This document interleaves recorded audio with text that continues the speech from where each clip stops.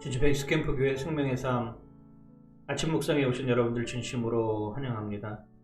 오늘 함께 하실 말씀은 마태복음 8장 1절에서 17절까지의 말씀, 참 믿음은 무엇인가? 라고 하는 말씀입니다.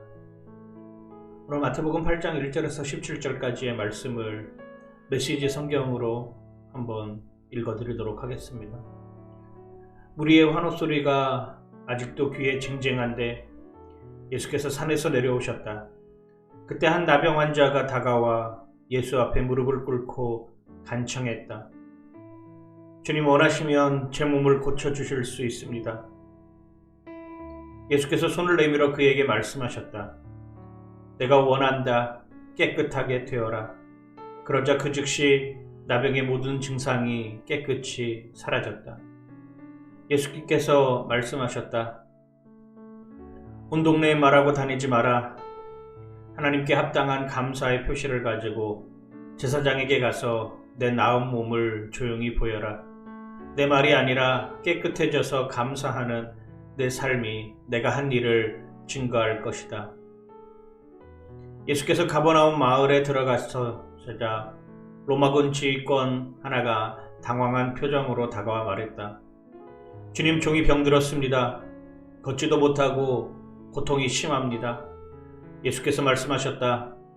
내가 가서 고쳐주겠다. 그러자 지휘관은 이렇게 말했다. 아닙니다. 그렇게 수고하실 것 없습니다. 그저 명령만 내리시면 저의 종이 낫겠습니다.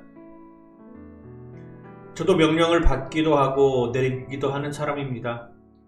제가 한 병사에게 가라고 하면 가고 다른 병사에게 오라고 하면 옵니다.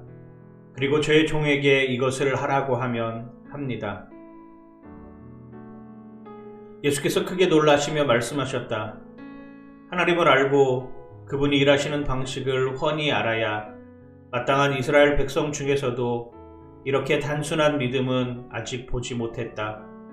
이 사람은 머지않아 사방에서 모여들 많은 이방인들의 선봉이다. 그들은 동쪽에서 흘려듣고 서쪽에서 쏟아져 들어와 아브라함, 이삭, 야곱과 함께 하나님 나라의 잔치상에 앉을 것이다. 믿음 안에서 자랐으나 믿음이 없는 사람들은 무시당하고 은혜에서 소외된 자들이 되어 이게 어찌된 일인지 의아해할 것이다. 예수께서 지휘관을 보시며 말씀하셨다. 가거라. 내가 믿은 그대로 되었다. 그 순간에 그의 종이 나았다.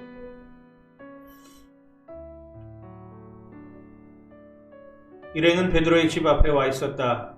예수께서 그 집에 들어가시니 베드로의 장모가 몸져 누웠는데 열이 불덩이 같았다. 예수께서 그녀의 손을 만지자 열이 떨어졌다. 그녀는 곧 기운을 차리고 일어나 그분을 위해 저녁을 준비했다. 그날 저녁 사람들이 귀신 들려 괴로워하는 많은 사람들을 예수께 데려왔다. 예수께서는 마음에 고통당하는 사람들을 구해주셨고 몸이 아픈 사람들을 고쳐주셨다. 예수께서 이사야의 유명한 설교를 성취하신 것이다. 그가 우리의 아픔을 당하셨고 우리의 질병을 짊어지셨다. 여러분, 여러분의 믿음은 바른 믿음인가요? 그렇다면 바른 믿음은 무엇인가요? 믿음은 맹목적인 집착이 아닙니다. 우리는 이것을 헷갈려서는 안 됩니다. 믿음이라는 이름으로 떼를 써서는 안 된다는 것입니다. 물론 바른 믿음은 열정을 가지고 있습니다. 그러나 그 열정이 광적으로 나타나지는 않습니다. 사랑과 집착이 다르듯 열정과 광적인 것은 다른 것입니다. 집착과 광적인 신앙은 내가 누구를 믿고 있는지, 무엇을 믿고 있는지 모르는 것에서 비롯되는 경우가 많습니다. 바른 믿음이란 믿음의 대상을 아는 것에서 출발하는 것입니다. 내가 누구를 사랑하고 있는지, 그 사람이 좋아하는 것은 무엇인지 알아가는 것입니다. 소와 사자가 서로 사랑한다고 하였습니다. 그래서 소는 사자에게 매일 풀만 가져다 줍니다. 반대로 사자는 소에게 매일 싱싱한 고기를 갖다 주는 것은 사랑이 아닙니다. 바른 믿음이란 믿음의 대상을 아는 것에서 출발합니다.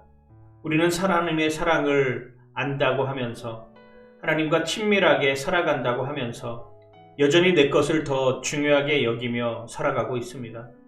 내 것이 사라지는 것, 그것이 바로 하나님을 향한 사랑과 친밀함입니다. 믿음은 내가 요구하는 것과 반대될 수 있습니다.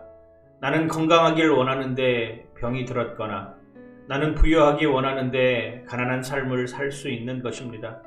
그렇다고 하나님이 옳지 않다고 말할 수 없는 것, 그것이 바로 믿음입니다. 하나님은 언제나 옳습니다 라고 고백하는 것이 어쩌면 바른 믿음입니다. 가버나움에 백부장이 있었습니다. 그 백부장의 종이 지금 병들어 있습니다. 사실 백부장은 그를 해고하고 내보내면 그만입니다. 물론 약간의 돈을 쥐어주면 그는 그가 할 의무를 다했다고 할 수 있었을 것입니다. 그러나 백부장은 그렇게 해서든 그 종을 살리기로 마음먹었습니다. 그리고 예수님에 관한 이야기를 들었습니다.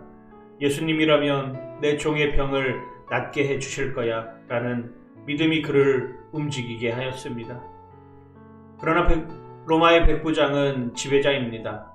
종과 예수님은 피지배자입니다. 그러나 그는 자신의 신분보다 예수님에 대한 믿음, 종을 사랑하는 마음이 더 앞서 있었습니다. 참으로 특이한, 어쩌면 자신이 속한 무리에서 비난과 조롱을 받을 수 있는 상황이기도 합니다. 주님은 그 백부장이 믿음을 보셨습니다. 그리고 그의 집으로 향합니다. 그런데 이 백부장이 또한 특이한 행동을 합니다. 주님, 제 집에 들어오는 것을 저는 감당하지 못하겠습니다 라고 말입니다.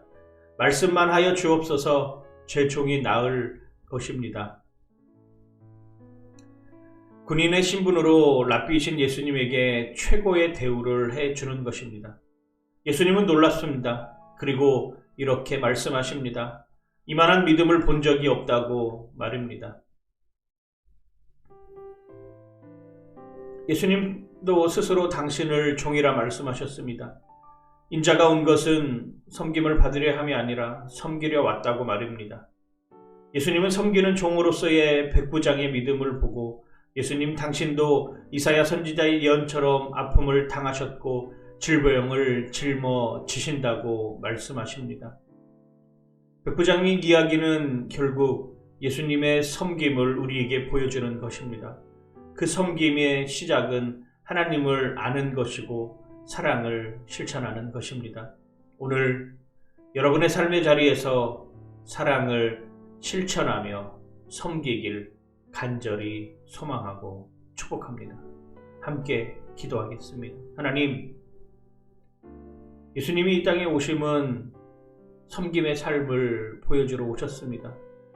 나병 환자를 고쳐주신 것도, 백부장의 하인을 고쳐주신 것도, 베드로의 장모가 열병에 걸려 힘들어하고 있을 때 그를 찾아와 고치주셨 것도, 이사야 선지자가 말씀하셨던 그 아픔을 담당하고 질병을 담당하기 위해서 스스로 섬김의 자리에 서 있기 위해서 사랑을 실천하기 위해서